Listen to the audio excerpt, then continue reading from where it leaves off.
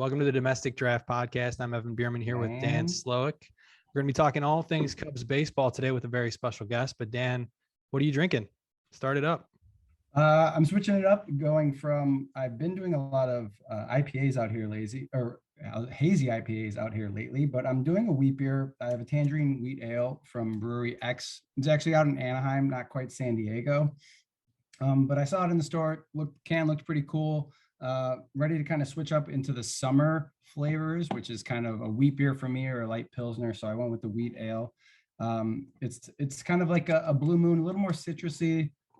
Not quite as like a vanilla flavor I get with a Blue Moon, but a little bit about Brewery X. It's up in Anaheim. It's rather new, started up in 2019. Trevor Walls is the head brewer there. He's got his master brewer degree through the Seibel Institute in Chicago, and he's also got his degree in brewing over in Munich as well. So he comes with a good reputation. He's got a lot of people on his staff from other breweries around Southern California as well. Monkish being one of them, Pizza Port San Clemente being another brewer that he's got on his team. But I mean, it's rather new. They say that the X marks the spot. So it kind of just represents a crossing of paths, coming to a juncture, ending up where you want to be. And that's what they want their tap room and brewery to be. Somewhere you want to be, somewhere you want to go and have a good fresh beer. How about you, man? What do you got? All right. Yeah, that's a pretty sweet can you got there. So the beer I have here is Parsons beer. It's a golden ale. It's brewed by Revolution Brewing, can only be enjoyed at Parsons Chicken and Fish here in Chicago. It's meant to be enjoyed over the course of a long sun-filled day or alongside rich, spicy food. It's highly carbonated, or as Parsons refers to it, extra crispy. Easy drinking and accessibility were a focus for the beer, which matches both the restaurant's menu and atmosphere. It's 5%. It gets a 3.6 on Untappd. It's light, easy drinking, golden ale, just what you'd expect. Goes with pretty much anything on their menu. Fun fact, this can art was designed by LSD Art Department, who it's a Chicago-based production studio that was also responsible for designing Chicago's, the Lincoln Park location for Parsons. So Parsons has 4 locations around the city: Logan Square, Lincoln Park, Westtown, and Andersonville.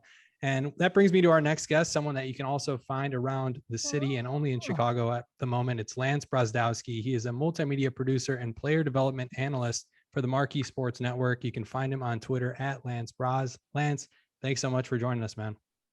Thanks for having me. I have been to Parsons before. I didn't know they had that signature beer there. That's cool. It's good stuff. Yeah. It's a good place. I've been to I think the Lincoln Park one's the one I went to. There you go. Check it out next time you're out there. Yep. So we did a little research, saw you went to Northwestern, started as a kind of writer for Hardball Times, but go ahead and tell your story, kind of how you got into your current position and your kind of career journey.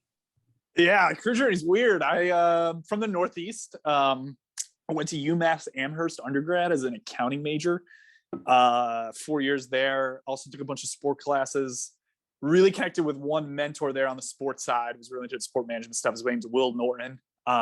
He and I kind of stuck it out and kept in touch post graduating there when I went to work in Boston full time as like an accountant, which was terrible. I hated it. And I kept in touch with Will, and Will was like, man, just like go into sports, like just take a shot. And I was like, yeah, I get it. And like, it was good to have someone push me like that.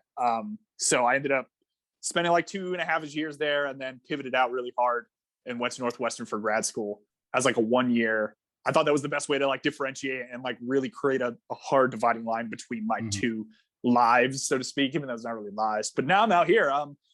Marquee came about because of a contact at Northwestern. They were looking for someone that could do, like, they was looking for someone to do baseball. And like, I happened to be doing like those overlays in 2019 where you like put 2 balls over each other. That's now huge on Pitching Ninja, and Alex Fast's account for Pitch Ninja for sure. Yeah. So I had some video editing background skills, and I was like, oh, it'd be cool to learn that. So I like kind of dug into it, figured it out, started posting them. They got really good engagement. So grew a tiny following there. And then when I got Marquee was like, yeah, we could do that and put it on TV. We just got to get them up in quality. So we did that. And then things have really kind of changed in the last months or so. Like I've pushed really hard into the on-air stuff of late.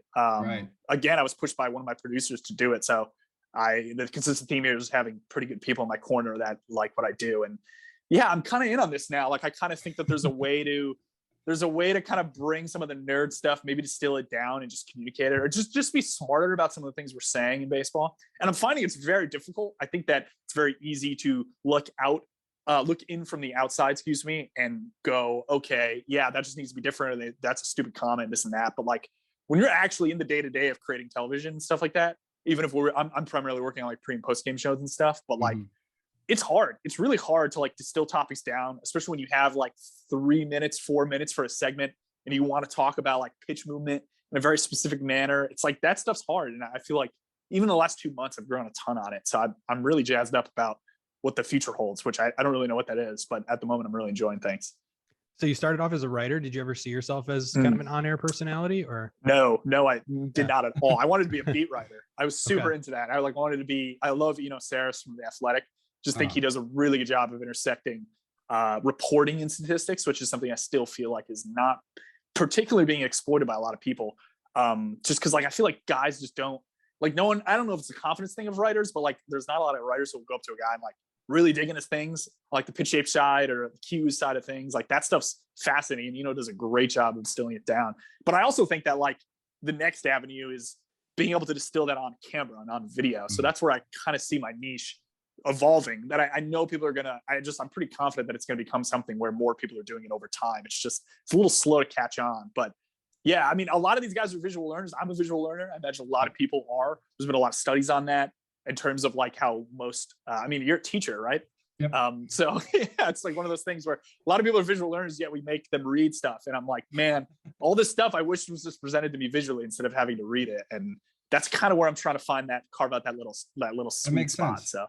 And it's nice that Marquis kind of allowing you to do this and almost like test the waters, because it is a rather new position that you're in and some new information that you're projecting to the fans. So what's kind of your favorite part about working there and what they allow you to do?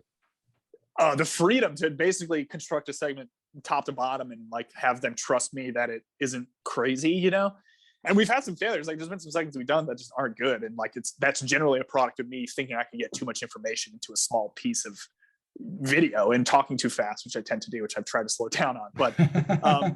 But yeah, no, the failure of it honestly has been the thing that I think has been the best, which is a really weird thing to say, but like you really got to like learn what doesn't work to learn what works.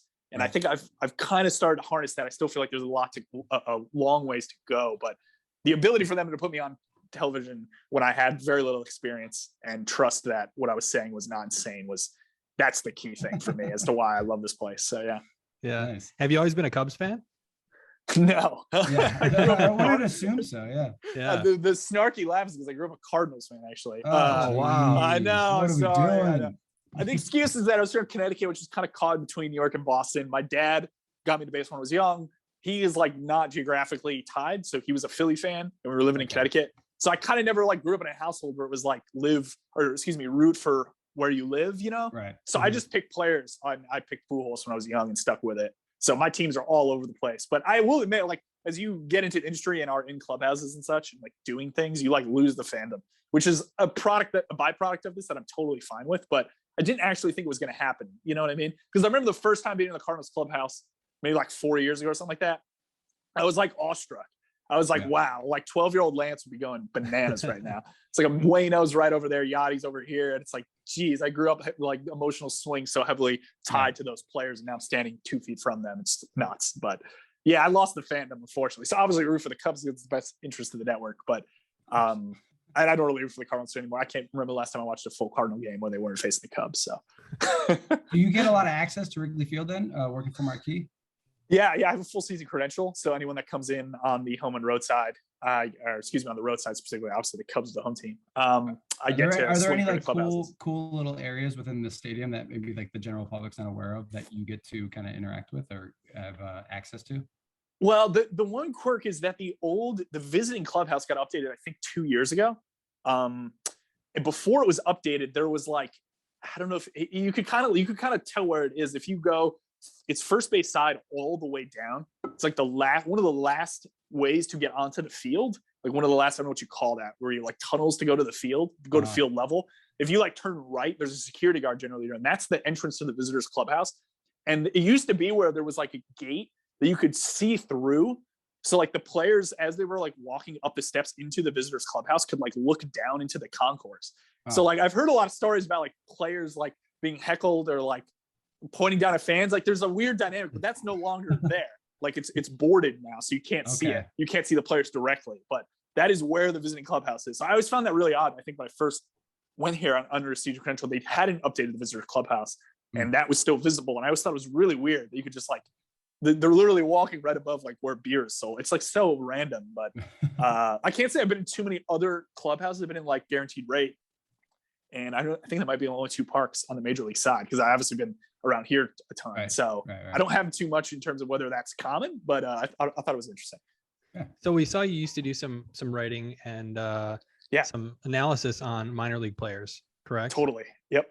So I'm curious, with Caleb Killian coming up this past weekend, highly anticipated debut, probably one of the biggest starting pitcher debuts the Cubs have had in a long time. What were your takeaways from his performance? I thought the first few innings were fantastic, but then obviously there was the one inning that kind of, he imploded a little bit. But I thought overall it looked good, promising. But what, from an analytical standpoint, what did you see? What did he do well?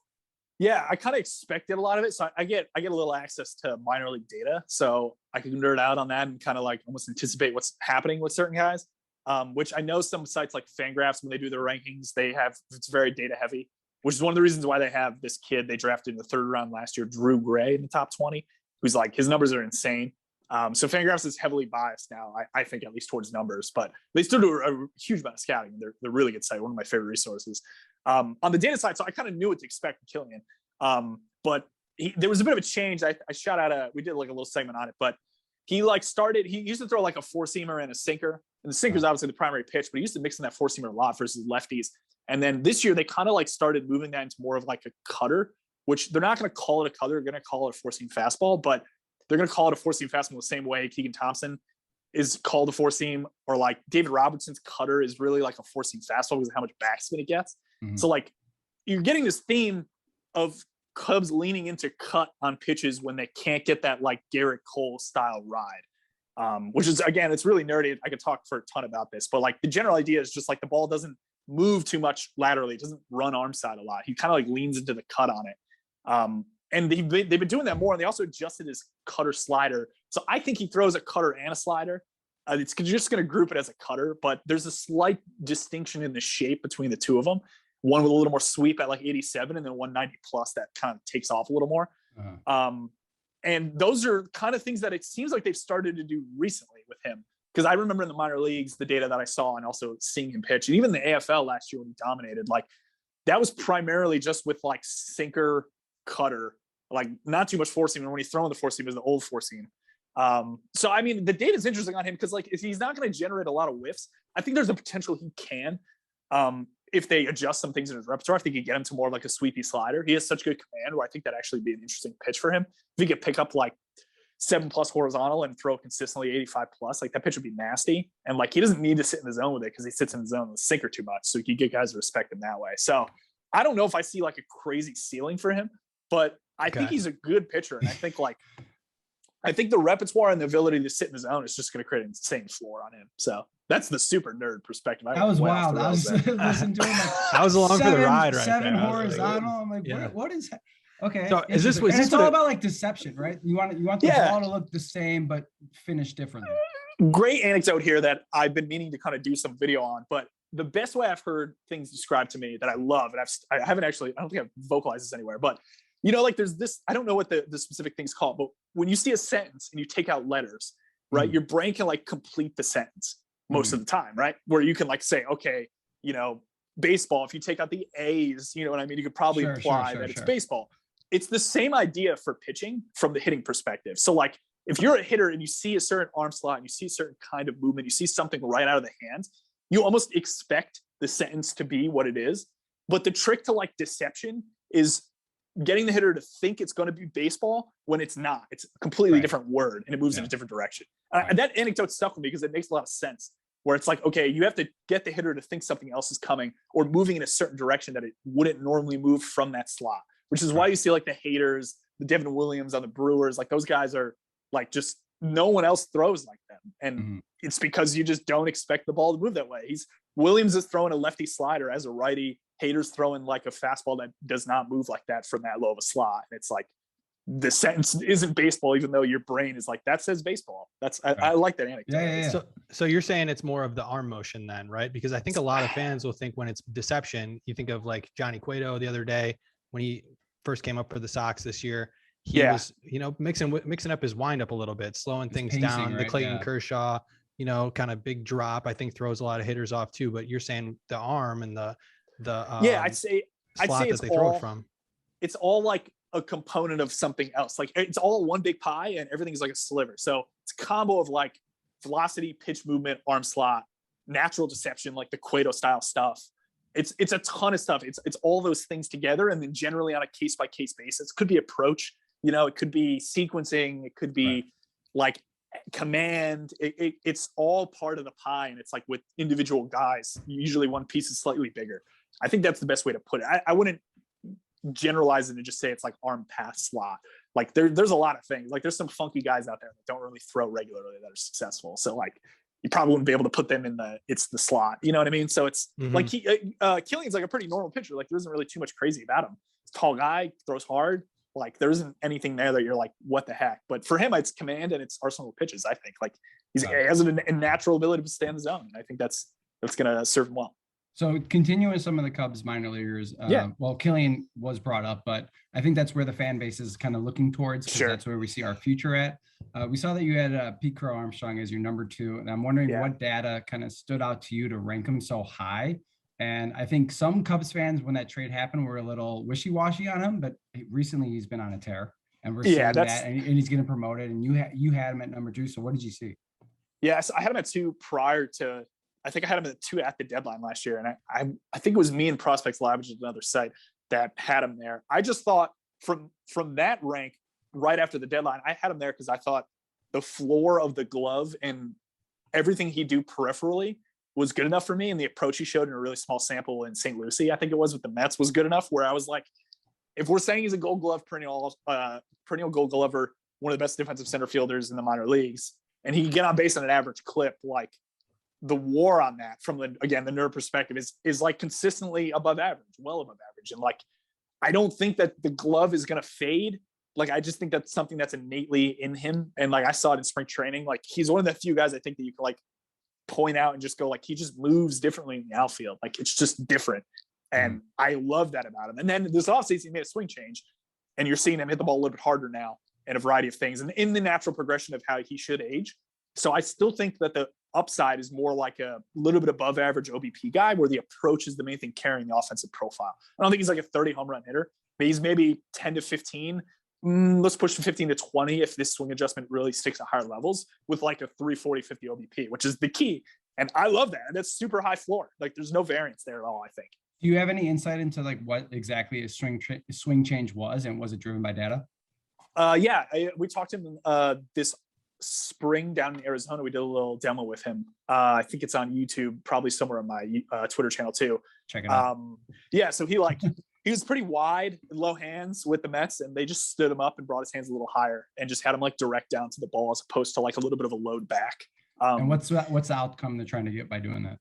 They're trying to get him to hit the ball harder, really, be more direct to the ball. Harder hit and I don't know if he's like a true line drive guy, but they obviously like, you don't want to hit ground balls if you're him, even if he's a speedy guy. Like you see a Morel type, like Morel's a guy like you could argue just put the ball on the ground and beat it out, but like Morel's value comes from his ability to hit the ball hard at good angles. And I think that's what they were trying to get at with PCA. It's just like get him more direct to the ball. I think the anecdote I got, or the point I got from Justin Stone is I think he's the director of hitting now, was like way back 1971, Ted Williams science of hitting, like there's a chart of the ball's descent angle. The idea is simply just that you want to match that descent angle of the ball, which gives you a greater chance, greater miss range, so to speak. So it's not even about like hitting the ball well. It's like hitting your miss hits better. And like the longer you're on trajectory with the incoming slope of the ball, the better it'll be. And this is why you see guys like Joey Gallo who are really steep, where you have a really small intersection of those two lines. Whereas like if they could get Pete Crow on plane more, he'll just have more miss hits that go for base hits, doubles, etc. And then he'll run into homers. So that's the general understanding I have, at least, of what they did to him. Okay. So it's interesting hearing you mention Morel. He's had so much success so far, just right off the bat. Could this have been predicted based on, some of the analytics from, his time in the minor leagues, or is he kind of an anomaly? Yeah, I always really liked Morel because he had some of the higher, like if you look at the raw max exit velocity, what is the hardest you can hit a ball, regardless of the angle at which you're hitting the ball. he was always kind of towards the top of the list, even when he was down in South Bend and then jumped up to AA. He was always at the top. So when I started doing this list, I think in 2021, maybe it was early 2021, I had him inside my top, I think 15-ish. And I kept him there. I've just always kept him there because I was like, okay, he's just an explosive athlete. When I saw him in Tennessee, I was like, okay, like he's not only explosive with his bat, he can throw really hard. He runs really fast. Like he's really twitchy. He's just a twitchy athlete. I think Boog mentioned on the broadcast the other day that he had some of the hardest, he has like 2 of the hardest throws in baseball this year in the field, both of them at like 101 on flat ground, which is just insane. He's got a cannon. And like, I saw this in Tennessee. I remember our camera guy, Scotty, and I were like watching him, and he was like backfooted in the outfield on the warning track and just threw a ball on a line to third. And I was just like, Jesus Christ. Like, I guess I'm not shocked because like he was such a twitchy guy that like in BP, he'd put balls like much further than other people who are bigger, but like, he's just twitchy. And it's like, I think that right now he might be, the approach might look really good. I'm not sure if that's going to totally stick. Like the historic numbers for him are a little bit more like, I think he's like over 10% walk and like under 25% K right now, which is really good. Like that is not, if you told me he was going to do it at the major league level, he's like a top 6-7 prospect in the system, especially because of the positional versatility. But I think he's more like a Chris Taylor type. He was just talking to someone in the office about this, but like, he's probably going to K a bit. I think he's going to K over 25%. But if he can stick around that walk at 10% and end up with like a right around league average OBP and like is able to hammer some balls as he has already and make the most of his hard contact, like he's going to be like in that Chris Taylor sphere where it's like he's a productive player and he'll be on the major league roster because he can play 4 positions above average or at least average, which is like, that'd be perfect. There's so few guys who do that. He's been a lot of fun to watch this year. I think he's been a big bright spot for the Cubs. Are there some players down in the minors that people aren't talking about that you kind of have an eye on and people are maybe misreading? Yeah, the one I mentioned earlier, Fangraphs ranked him inside the top 20. I just had him as an honorable mention. Drew Gray, he's like an IMG Academy lefty.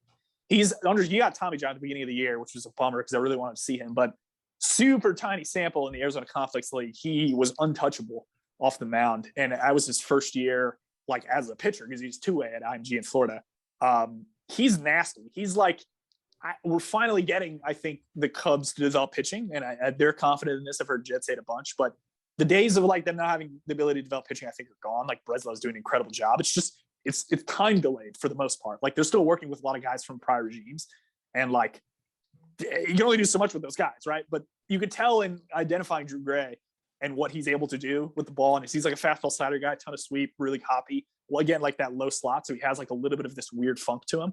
Like I love Drew Gray as like an easy top 10 prospect in the system if he's healthy and pitches next year. Yohendrick Pinango is another one. We just actually did an interview with Owen Casey, who I have number 4, who I love. But Pinango is another one where he's kind of like, I don't know how deep the baseball knowledge goes here, but like Alejandro Kirk or William Zastudio, where there's kind of like a bowling ball type guy. You know what I mean? Like I'm not trying to make fun of his appearance, but he's kind of like stocky and short, and he just makes such good quality of contact. And like I don't know what his defensive position is. Like maybe he's an outfielder. He's probably some kind of DH, but like he's a guy that like will put the ball and play a ton and put the ball and play hard. And I don't know how many people know that name. I think he's in South Bend right now, probably up at AA by the end of the year. But like he's another one where it's like, okay, this is kind of like what the Cubs like this contact profile that we've seen them go for. And like he's just another one in the system. He's an international signee that they developed, and I like him overall for sure. I'd take that. Yeah, Kirk's been off to a hot start. Yeah, he's been real good.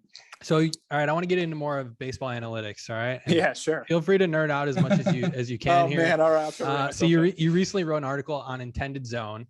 I want you to explain like what is it and how can it help us better understand how a pitcher fared in a given outing. Oh yeah, it's great. So command for forever has just been talked about anecdotally, right? It's just been like he had good command, he didn't have good command, or like why was it good today? He didn't have good command. But like there's very little objective validation as to whether that is true on a given occasion. And I love it because like the main hang up I've seen in talking to front offices about it is just like you can't actually drill into what the intended zone was unless the pitcher's charting it, which is just not going to happen. You're not going to get guys charting their 100 pitches after every outing. Maybe you'll get some, like that'd be really cool to see some players buy into it and really start to think about it in a different way. But the front offices that I've talked to don't really think that it's too predictive at all. But like Driveline Baseball in particular has been pretty vocal in thinking that like, even if it's not super accurate, it's not like 0% accurate, right? It's probably in like the 60 to 80% window of accuracy, which means you're going to catch a ton of error. And like, you probably have to be careful about what you're telling the player and how you communicate it, which is super essential to player development.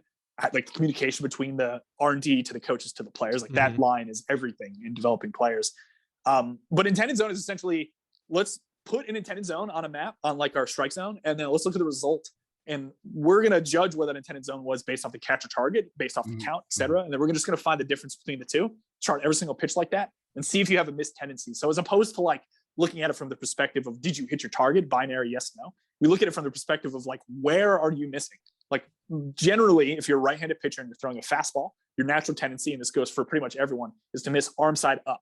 So like if you're throwing a fastball and you're throwing it up, there's a good chance it ends up towards the right-handed hitter's eyes and above the zone.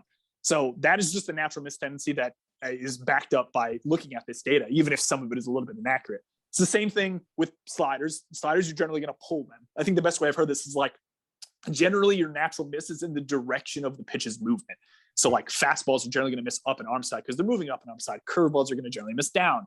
So like looking at that and then relating it back to like catcher targets is really interesting too. So like if you have a natural tendency to miss arm side up and you're setting up with an up and in target, doesn't that imply that you're generally most of the time going to be throwing a ball up at the right-handed hitter's face, right? So why not adjust your target to the middle of the plate and have your natural miss take you up and in? So this is something that like the Rays, the Orioles, and a couple other teams are starting to do that is just kind of logical. And I think it's something that's just going to take over baseball if we go to an intended electronic strike zone at any point, because framing is going to go away. Where my mind was going as you were describing this. Yeah, like, how exactly. much are you looking forward to a robot umps? Yeah, no, a robot umps would be great, but I think that it's going to have a lot of unintended consequences that we're not thinking of, which I don't think we can think of them either. We can maybe try to preempt them, but there's always these things like, no matter what the rules are, someone's going to bump up against the rules as an organization and try to figure out what their competitive advantage is. But that's essentially, we're just trying to figure out a way to objectively look at command. That's really it. That's interesting. So the metric there is on target percentage. And I was reading here, and I think this was in your article too, that the league average was 58%. And to me, that sounds low because I feel like these guys are professionals. That seems kind of low. But you know, maybe it's high. Like you said, this statistic isn't 100% perfect yet. But is on target percentage, is this more valuable to guys like Kyle Hendricks where their velocity is a little bit, slower? Yeah, that's an interesting point, because I think what you run into there is a lot of survivorship bias, where to be in the league and not throw 92 means you have good command. And I talked to Wade Miley about this in spring training. I talked to him about it. He worked a little bit with the intended zone data at the Reds, it sounded like, from what he told me. And I talked to him and I was like, is there a bias? He's like, yeah, there's a bias. Like if you're not able to command the ball well, you will not be throwing the major leagues. You can't unless you're throwing 94 plus. So there's a bit of a correlation between, from what I've seen, at least in the data that I have. Again, there's probably some little bit of error in here, but I think the general thoughts do line up with everything I've heard. It's like the harder you throw, the harder it is to command the ball. The general idea being there that you're moving faster, right? To throw harder, you have to move faster. And that generally leads to less motor control of your limbs and fingers, et cetera, that have influence on where the ball goes. So if you're throwing 89, 92, you know what I mean? Like you're going to have good command, you're just not going to be a starting pitcher. It's really what it is. And like some people maybe have a hard time wrapping their head around that, because you'll hear a lot of the time, like, excuse me, you hear a lot of the time, like, just command the ball, command over velocity. And it's like, I've heard that a bunch of times, but like, man, if you could find me a front office that actually believes that and is successful believing that, I will give you like $1,000, because you're not going to find one. Like you talk to Breslow, he says this all the time. You talk to anyone in the Cubs organization, Yankees, Dodgers, Giants, Twins, Rays, like they train velocity because we know how to train velocity. They're not too great at training command because we don't really know how to train command, right? Like we think we kind of know. Like the things I've heard is like gamification and really just more intent. Like it's a player buy-in thing of like, hey man, instead of catch play, like we set up targets on a wall and like we track them over time and see how many you hit and see if we could change anything such that you can hit them better over time. Maybe it's just a general aging thing, right? Like most of the guys who are 32 plus still in the major leagues command the ball well. I think there's a little bit of bias there. That's probably, again, a little survivorship bias. It's just the best pitchers can command the ball and probably throw hard. And then when they stop throwing hard, like the Wade Miley's, they have to lean on the command more. So there's a lot of correlations there, but it's just something that I just, for a while, was so tired of like hearing like command the ball, command the ball, command the ball. It's like, how? Like, give me a validated program as to how, It's like they have so many validated programs on velocity. Like the writing on that is insane. That like actual scientific studies around like, how do you throw harder? Like, what are the components of it? And like, what are good pitching mechanics? Like, that's still a question that I think a lot of people would have a hard time giving you validated answers to. So command is fascinating to me. I love the topic. Yeah. So yeah, and it's in your references, you seem to be talking to a lot of major league players. You're able to have some one-on-ones. Is there a pretty solid buy-in by a lot of them into this new age of baseball with following data to improve their performance on the field, or is there still kind of an old school, new school kind of competition? It's a mix. It's really a mix. And I'll also preface this by saying, like, a lot of the times it's hard to get a player read. Like, you hear players are, I won't mention names here, but like you'll hear a player is pro data and very bought in, but then when you talk to him, they don't really give you a lot of that. That could be a product of me just not having a good relationship with the players. So when road teams come in, I tend to go to the away clubhouse and poke around if I see any narratives I like. And like, I will mention one team, like the Rays, when they came, I was really excited to talk to some of those guys. And like, them as an organization gets buy-in. They get incredible buy-in. Like everyone I talked to there, like I talked to Shane McClanahan about this one target idea of like, stop trying to hit the edges. Your stuff's so good, just throw it right down the middle. No one's gonna be able to touch it. Jason Adams, former Cub, couple of Drew Rasmussen who came over from the Brewers, like all those guys, in talking to me, at least my perception is that they're very bought into what the Rays are doing, which is maximize your stuff. Stop thinking about where you're throwing the ball, because like the better stuff you have, the more forgiveness you'll have on where the pitch is. So that's like the general idea. And those guys are bought in, but you go to other teams and like, there's probably a little less buy-in. Like I was surprised to see Wade Miley was so open-minded to some of the stuff that the Reds seemed like they brought up. And I imagine the Cubs will bring up this year. But he was great. He's a lot more analytically inclined than I think most people would expect. Just on the impression, there's something about his impression. He just cut his hair actually, but his impression of just like the grangy guy with the long hair. It's like, he's probably just like a grab it and huck the ball, but like that dude is very cerebral. So yeah, I think it blends. It balances based on who you're talking to, I would say. And again, like I'd hate making conclusions on guys, because like if I don't have the relationship with them, I get why if I go up to them and talk to them about like, hey man, your cutter shape changed. You know, I noticed it's like moving this way, and the axis changed on the pitch. I can imagine why they're like, why the heck are you talking to me about this? Like, I have no idea who you are. I'm not going to tell you. So like, I refrain from being like, this guy's really old school and this guy's really new school if I don't have multiple conversations with them. So makes sense. So we talked a little bit about pitchers and what metrics kind of you look at there. As far as like hitters, identifying rising stars, is there any kind of analytics that you look at? It's tough, man. Percentage is sure. So, I mean, that's an easy one, I think, for people to look at. Batting average used to be, you know, years ago, the number one stat I think people would use to identify if a hitter's having a good season. But now it's hard hit rate, it's, you know, a launch angle, things like that. Is there any particular, you know, analytic there that you key in on? Yeah, barrels are great. Barrels are just the optimal exit velocity at an optimal launch angle. Like, are you hitting the ball hard at certain launch angles? And that's one of the best indicators of how good a player is. If you just rank that based on the best hitters in the league, it pops really high. The top 10 guys, they're all names you go, yeah, totally, I understand that. Apart from that, hitting is tough, man. Like, pitching is clearly ahead. And I think you've seen this with multiple organizations who, like, from the Yankee and Dodger perspective, they kind of just tend to buy good hitters, from my understanding and perspective, just literally my eyes, not any inside sources or anything. Like, they develop pitching really well. Like, the Dodgers have developed pitching incredibly well, especially in the back end of the bullpen. The Yankees are doing the same thing. Clay Holmes, Michael King, all these guys. Orioles are starting to do that. Twins are doing a decent job of that. But the hitting side is still like very interesting to me, where I think the best way I've heard it is Kyle Bodie, who's one of the founders of Driveline. Well, I'll fully disclose I did work for a couple of years ago, but they do some really interesting stuff. Or excuse me, Kyle always talks about how like hitting is just not being trained the same way pitching is. It's not as objective, you know, and Driveline's doing their best to come up with objective ways to train it. But like, hitting is still very feel based. And I think a product of that is how reactionary it is. Like, the pitcher has the initiative, and like in a very controlled environment, you can train it very easily. Whereas with hitting, it's hard to train in a controlled environment. And like, generally, because the controlled environment is not then what you get on the field, right? Because you're reacting to pitches, and you get the whole layers of like, pitching machines generally don't actually replicate certain pitch shapes well. So like, you're just not seeing pitch shapes that you're going to see in game from a machine, which is crazy to think about. I don't know how many people understand that fully. Like, you're just not going to get it, you know, like, you're just not going to see certain sliders. So like, that stuff's crazy. Like, you can imagine like you're training your whole life, and then you get up to the major leagues and you're like, I've never seen that slider shape. It's like, how do I train against that? It's like, well, you just have to see it. It's like, okay, well, that team's going out, and I'm not gonna see that guy for another year. And like maybe the next two guys I face have slightly different slider shapes. And like that whole training process is interesting. I know Driveline's trying to objectify it. There's other teams that are doing a good job. The Giants are doing a great job of this. I think the Cubs are starting to get on the front of it. I think Justin Stone's doing a great job here. But yeah, hitting is still pretty enigmatic overall. Like I like barrels. I still am trying to figure it out. I saw something great the other day. Eno Stairs of The Athletic wrote an article about swinging. Like the best hitters in baseball just kind of don't swing, which is just a crazy thing that I imagine everyone on like the growth of the game side is probably a little worried about, of like Juan Soto, Mike Trout, all these guys like stop swinging because generally you're producing more outs by swinging, or you're thinking your range is too large in the zone, whereas like Soto and all these other guys can really hone in and like they just don't swing at other things. And like that is really it, right? They're basically betting on the validation that this command data is correct, that like guys are really missing their target by 2 baseballs at a time on average. So it's crazy.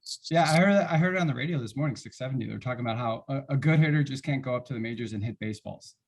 I was like, well, that's an interesting way to put it. You know, like you just can't go up wanting to get a hit. You got to be more analytical about it. You got to be able to take. So we'll get you out of here. One last question.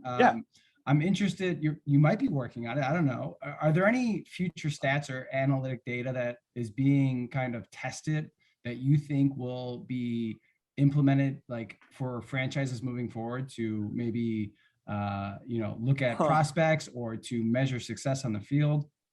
There's a couple ways you can go with that. I gotta admit, I'm not like a big coder or anything. So I don't have the smarts that a lot of the people have that get pulled into organizations. On the data side, I don't code, I don't build models or anything. I just feel like I ask a lot of good questions and I talk to people who are a lot smarter than me.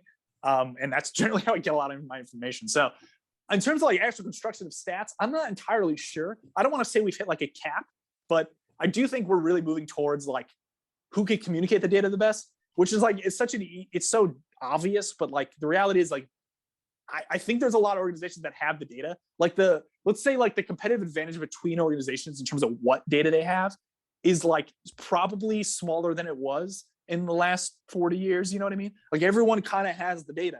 It's just a matter of like, how are you actually distilling it down and applying it? That's like the biggest part. Hawkeye's doing some crazy stuff.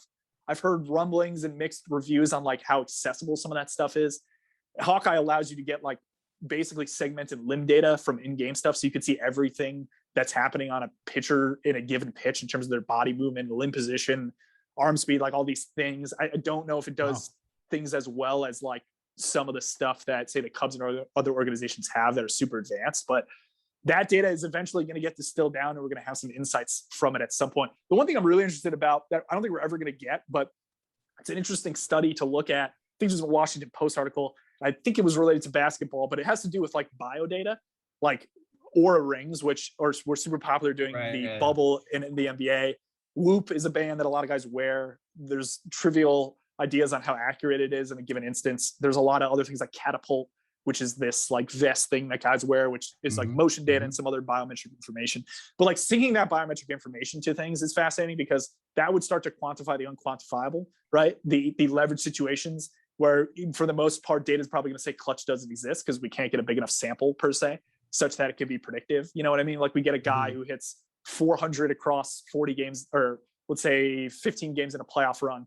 It's like, he's clutch. It's like, okay, is that just random variance? You know what I mean? Yeah. Like, but if I always have theorized that, like, I wonder if we're able to sync up some of the biodata information to performance, that the possibilities are endless there, but there's a huge barrier to entry there in terms of like, who owns that data? That's what I was getting at with the Washington Post mention, but there's a really good article about like who owns that. Like if you're a player and you're in an organization, like, and the organization gives you a Whoop, you imagine they probably have some access to that data. It's like, would you then rather have your agency give you that data? Because then your agency owns the data, you own the data. It's like, that stuff's cool. I'd love to see like resting heart rate information of closers. You know what I mean? Like that stuff, like, would you make a decision on that? You know what I mean? Full like, count, right? Yeah. You're 3-2, bottom ninth, 2 men on, like what's your resting heart rate relative to average? And like, is there any correlation between that and like a closer success, you know? That'd be wild. Like, that's crazy. Like that'd be fascinating. I don't think we're ever going to get it, but it's really fun to think about. That would be awesome. I've never even thought about that, but that is definitely something I want now. Lance, I know, I want it too. Thanks so much for coming on. This has been so informative. Again, he's Lance Brozdowski. He's multimedia producer and player development analyst for Marquee Sports Network. You can find him on Twitter at Lance Bros. Thanks, man. No problem. All right. Thanks again to our guest, Lance Brozdowski. Again, you can find him on Twitter at Lance Broz. That's at Lance BROZ. Dan, you got a would you rather for us? I do. Yeah. And great guest. Learned a lot from Lance. Really appreciate him spending some time with us. So my would you rather, it's getting really hot out here in San Diego. Summer's about to begin, about to be out on summer break. Let's talk some water sports here. Would you rather go tubing with a speedboat, like out in the open water, tubing all day, friends or family, or would you rather be on a lake that's no wake, nice and quiet, pontoon fishing? Ooh, that's a fun one. I think I would do pontoon fishing. I'm a big fan of that. It's nice and peaceful. It's nice and relaxing. Yeah. What about you? It's same. I mean, it's something we've done together, right? We do it with our friends. It's just always a good time to be out in nature and catch some largemouth bass. It's great. Yeah, we need to do that. Right. What's the fast fact? All right. So fast fact for you today along the baseball analytics topic we've got here. What is saber-metrics, Dan? As originally defined by Bill James in 1980. This goes back to 1980, although it's, recently been adopted, I think, within the last 15, 20 years. It goes back to 1980. Sabermetrics is the search for objective knowledge about baseball. Bill James coined the phrase in part to honor the Society for American Baseball Research, SABR, Saber. That's where that comes from. So there you go. Thanks again to our guest, Lance Brozdowski, for joining us today for Dan's Look. I'm Evan Bierman. You've been listening to the Domestic Draft Podcast. If you're listening on Spotify, don't forget to rate the show. You can find us on Twitter at Domestic Draft, on Instagram at Domestic Draft Podcast. Our website is domesticdraft.com, and you can watch the show on YouTube. Just search up Domestic Draft and drop us a sub. Thanks again for listening. Cheers. Cheers.